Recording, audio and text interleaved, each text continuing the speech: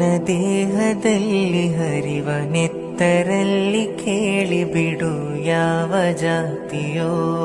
ನೀ ಯಾವ ಧರ್ಮವೋ ಎದೆ ತಟ್ಟಿ ಹೇಳುವೆ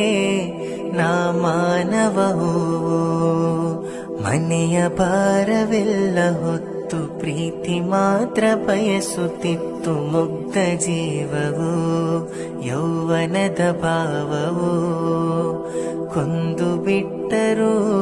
ನರಸತ್ತ ಮನುಜರು ಕನ್ನಡ ನಾಡು ಕಸ್ತೂರಿಯ ಬೀಡು ಕುದಿಯುತ್ತಾ ಇದೆ